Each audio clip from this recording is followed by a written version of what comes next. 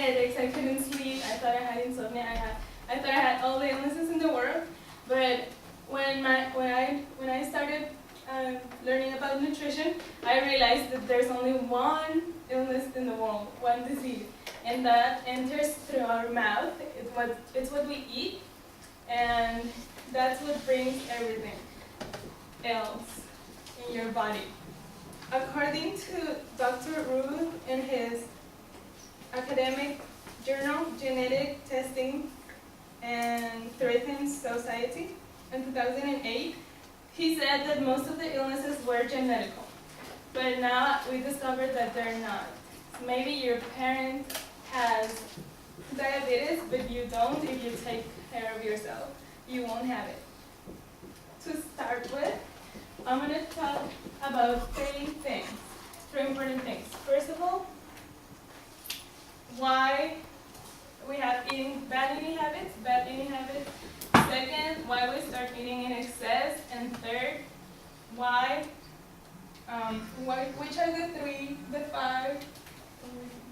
which are the five elimination processes in the body. So I'm going to start with the first one. It's why we eat bad eating habits. According to World Health Organization.org, we are eating bad food with low protein and low vitamins and low minerals. And that means that when we eat, we know that we already ate. When the protein goes to your brain, it says, I already ate. So if you are eating food with low vitamins, low carbohydrates, you're going to eat a lot and not get full, because the intestine is elastic, like a balloon. So every time you eat more and more, it's going to just expand. So you're not going to get full. You're going to get full until the protein goes to your brain. So that's why we're eating a lot, like for example, hamburgers, French fries, tacos, hot dogs, and we're deficient in vegetables and fruit. Moving on to my second point, it's why we eat in excess.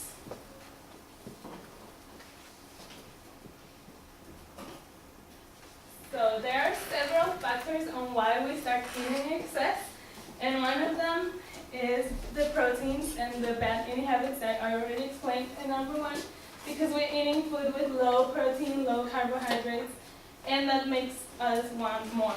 And there's other two things that are really important, like depression and dehydration. Depression goes both ways. You can get depression because you have low protein in your body, you have low vitamins, you don't have enough carbohydrates, so your body feels tired. If your knee hurts or your back and you want to just sit down, you don't have energy to do things, you get depressed. And depression also goes the other way, because you don't have that energy, you tend to eat. Humans tend to eat like sugar, sweet, and sweet is addictive. For example, sugar is the most consumed drug in the world. You eat something with sugar and then you want more. For example, when you're hungry and you eat an apple, you think you're gonna satisfy your body for a little bit maybe, but you won't. You're gonna have more hungry because that's sugar. So depression goes both ways. If you are low in minerals in your body, you're going to be depressed. If you're depressed, you tend to eat. And you're going to eat something sweet like cakes, chocolates, cookies, ice cream, and that's going to make you want more.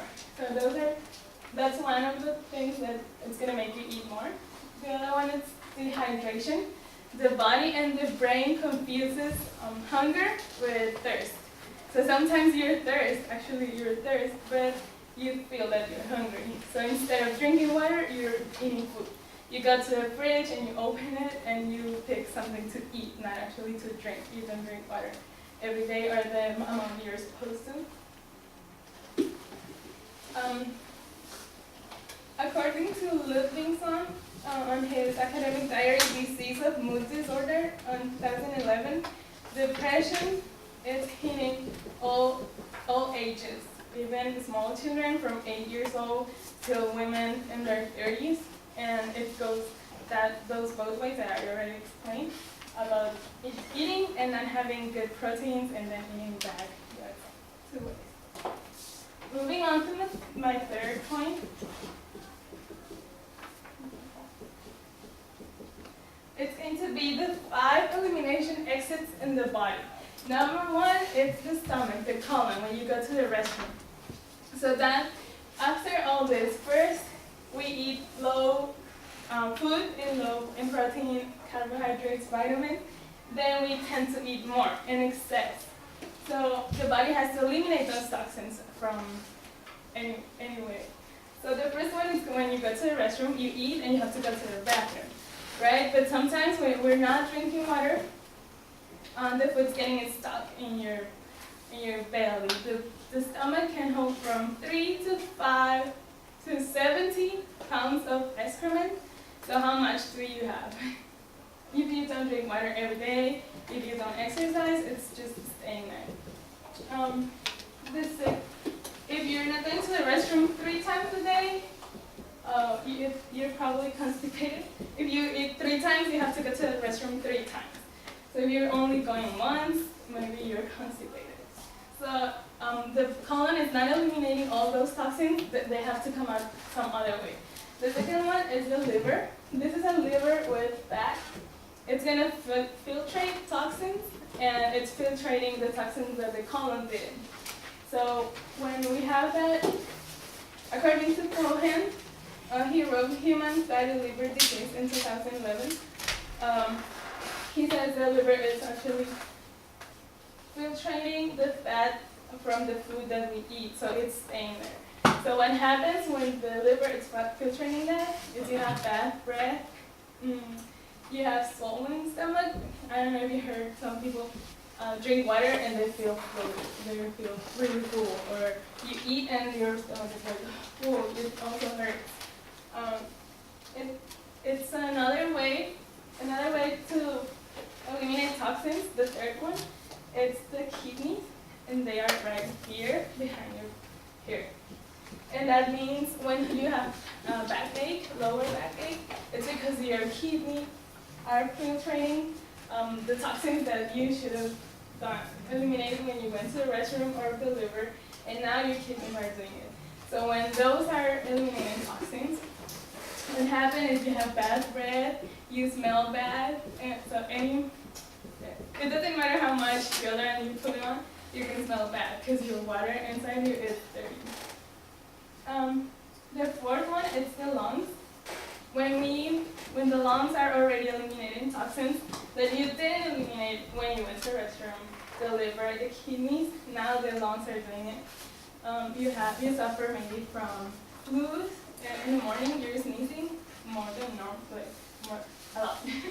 You're sneezing in the morning, and also asthma, sinusitis, allergies.